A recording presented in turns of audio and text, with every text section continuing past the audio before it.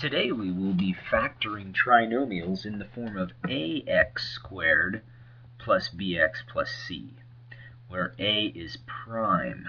So this section is a little bit more difficult because we can't just find numbers that multiply to make the c term that either add or subtract to make the b term, depending on the sign of the c term. So now we really have to check those outside and inside terms. So I always do the problems pretty much the same though. I always look at this sign first. And when this sign is negative, that tells me I have opposite signs. And so whenever I have opposite signs, that means that I end up having to subtract the outer and inner terms. So it's going to be this way. It's going to be outer minus inner, or inner minus outer, kind of depends on which way you set it up. But when we take the difference of these numbers, we should get 7x. And really, we want a negative 7. So they're going to be opposite inside. I just don't know if the outer is negative or the inner is going to be negative. It kind of depends on how I set up the problem. But pretty much when we subtract the two numbers, we want a negative 7 at the end. So what I do is I start off with drawing two sets of parentheses. And the nice thing about a prime number here is that there's only one way to write that. And that would be having a 2x and an x. So now we need to try different numbers that multiply to make 4. So oftentimes people are going to try 2 and 2. They like to break down the number first. So you might end up trying it. So if we try 2 and 2 here, we'll check these outside terms, and we'll check these inside terms. And when we do that, this gives us 2x, and this gives us 4x. But notice that they need to be opposite inside, so they need to subtract. They need to subtract to make 7. And they really need to make a negative 7, and that doesn't work out. So that means those are not the right numbers. So that means we have to erase that and try something else. And so what I would definitely recommend doing is writing down what you've tried. You've tried 2 and 2, and those didn't end up working. So now you know not to try them again. Let's try another set. Well, some other numbers are, we've got 4 and 1. Those multiply to make 4. But we could also try 1 and 4. So it kind of just depends. Now, let's go ahead. I'm going to go ahead and just write 4 and 1 this way. So I tried 2 and 2. Those didn't work. Let's try 4 and 1. So this is 4x, and this is 2x. You see, those still don't subtract to make 7, so that doesn't work. But we can always try it the other way. So I've tried 4 and 1 in this form here. So I know that's not the right way. So let's go ahead and erase that one and try it again. Well, let's go ahead and write it the other way. So again, writing it down shows me, okay, I'm not going to do 4 on the left-hand side and 1 on the right now. Let's try 1 and 4 this way. So here, now 2 and 4, those make 8, and that's what I needed. I needed to get a number bigger than 7, and that's a strategy you can look at, and we'll look at that in the next problem, is that we needed our outside and inside terms to subtract to make 7. That means I need to get a number bigger than 7 to start with, and 2 and 4 do make 8. And so that was a good way to go. And we want to make more negatives than positives, so let's make the 8 negative, because this does subtract to make negative 7 now. So 2 times by negative 4 makes the negative 8. 1 times by a positive 1 times by x makes a positive 1x. So we've got it. We've got our answer. It's 2x plus 1 multiplied by that x minus 4.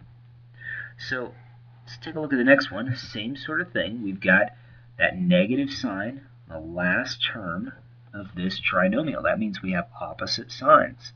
Whenever we have opposite signs, that means that the outer minus the inner is going to end up equaling a negative 1x. And so what I'm looking for when I do this is I want to have the outside and inside terms to only be one number apart. So I'm going to start with drawing my two sets of parentheses, and the last problem, we need the outer and inner terms to subtract to make 7. So we needed a bigger number than 7. Well, over here, we need them to subtract to make 1. And if they only need to be one number apart, since I've got a 3x to start with, that tells me you might end up trying 2 and 2, but let's try 4 and 1. Now I'm not going to put 4 here, because if I put 4 here and 1 here, notice what this does. I get way too big of a number. See, that would be okay if we had a really big number in here. If we had 11x, this would be the right answer, because this makes 1x, this makes 12x, and those do subtract to make 11x, but that's not what I wanted. I only want 1. Well, do you think you have an idea about where things should go? We've tried 1 and 4 already. I've tried that combination, 1 here, 4 here, so I'm not going to do that again. Let's try a different way. Let's try those same numbers, but let's reverse them. Let's see what happens. So go ahead and put the 4 here this time, the 1 here. Now we get a 4x for the inside. Outside, those make 3x, and we can get those to subtract to make 1x. Well, do we want 1x? No, we want negative 1x. So let's go ahead and put the bigger number, make the bigger number negative, and this will end up making negative 1x. So 4 needs to be negative. The 3 we need positive, so 3x times 1. And that ends up working out. So again, trying lots of things, it's fine. It's okay to make mistakes. But make sure you copy down or write down what you've tried, like I'm doing here. I've tried a 1 and I've tried a 4 in those two locations. That's why I put the 1 first, the 4 second. And that way I've seen that, okay, those are not the right combination of numbers. Just had to get them in a different order and it would have been right. Well, 3x minus 4 times by an x plus 1. Let's take a look at the next one here. We've got another negative sign. All right, so we need to have opposite signs again. So we're in the subtraction mode, outer minus inner. So I'm thinking of subtracting those outer and inner terms, and I want them to only be one number apart again, just a 1x. Okay, so let's go ahead and draw our two sets of parentheses. We know it has to be 5x and x. Those are the only numbers that make the 5x squared. Well, let's try some numbers now that make 18. So since they only need to be one apart, could think of 6 and 3, but 3 times 5 ends up making 15. And I'd have 6 over here. I think it's going to be 9 and 2, but how am I going to set that up? Well, let's just try this. Let's put the 2 here and the 9 here. See, 2 times 9 makes 18. And when I check those outside terms, I get a 10x. Inside make a 9x, and yes, those will subtract to make 1. But I want them to subtract to make a positive 1, so I need more positives than negatives. So let's make the 9 negative, and the 10 needs to be positive, so we need a positive 2 and a 5x. And those two outer and inner terms will subtract to make 1x. You see how the first terms make the 5x squared, last terms make the 10x, well, outside terms make 10x, inside make the negative 9x, but those last terms, the negative 9 and the 2, make the negative 18. So it does end up working out. So 5x minus 9 multiplied by an x plus 2. So the nice thing about doing these problems is that you're checking your answer as you go, so we know if we're doing it right or not. Well, let's take a look at the next one here. We got 3x squared plus 17x plus 24. We've got a plus sign finally. Well, that means that we have the same sign.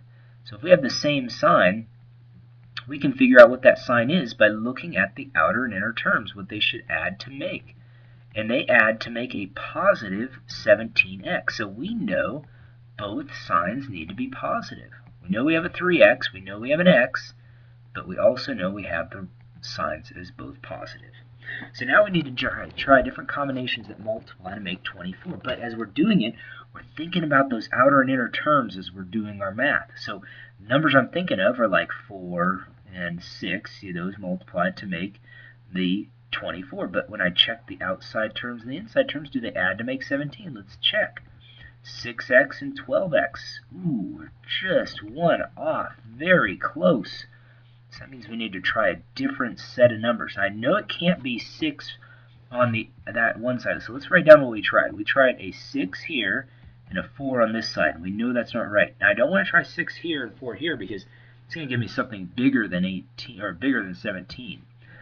3 times 6 is too big. So that tells me I need to make a smaller number to multiply by 3. Let's try 3 and 8 this way. Alright, so now I'm trying 8 and 3. Let's see if it works. So this makes 8x, and this makes 9x. Ooh, it works.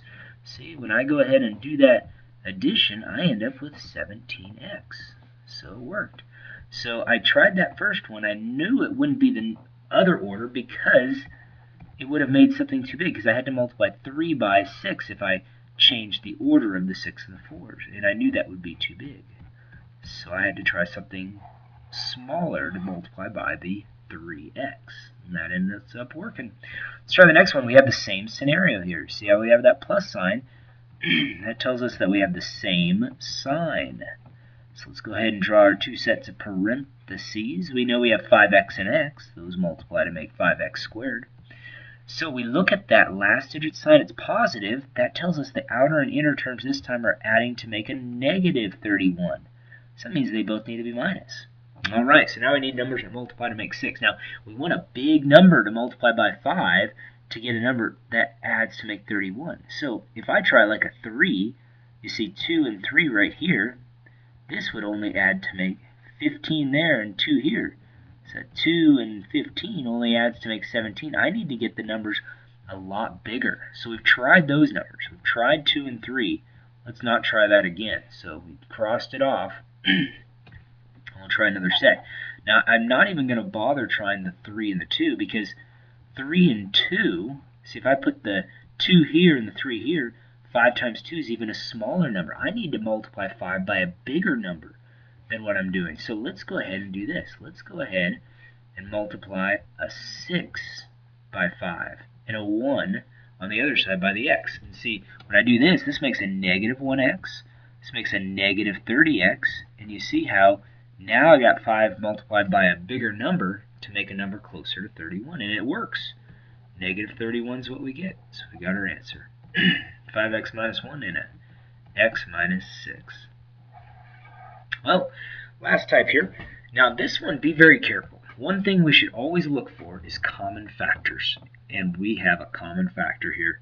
Look at each of these numbers. What can we divide each of those by? 3.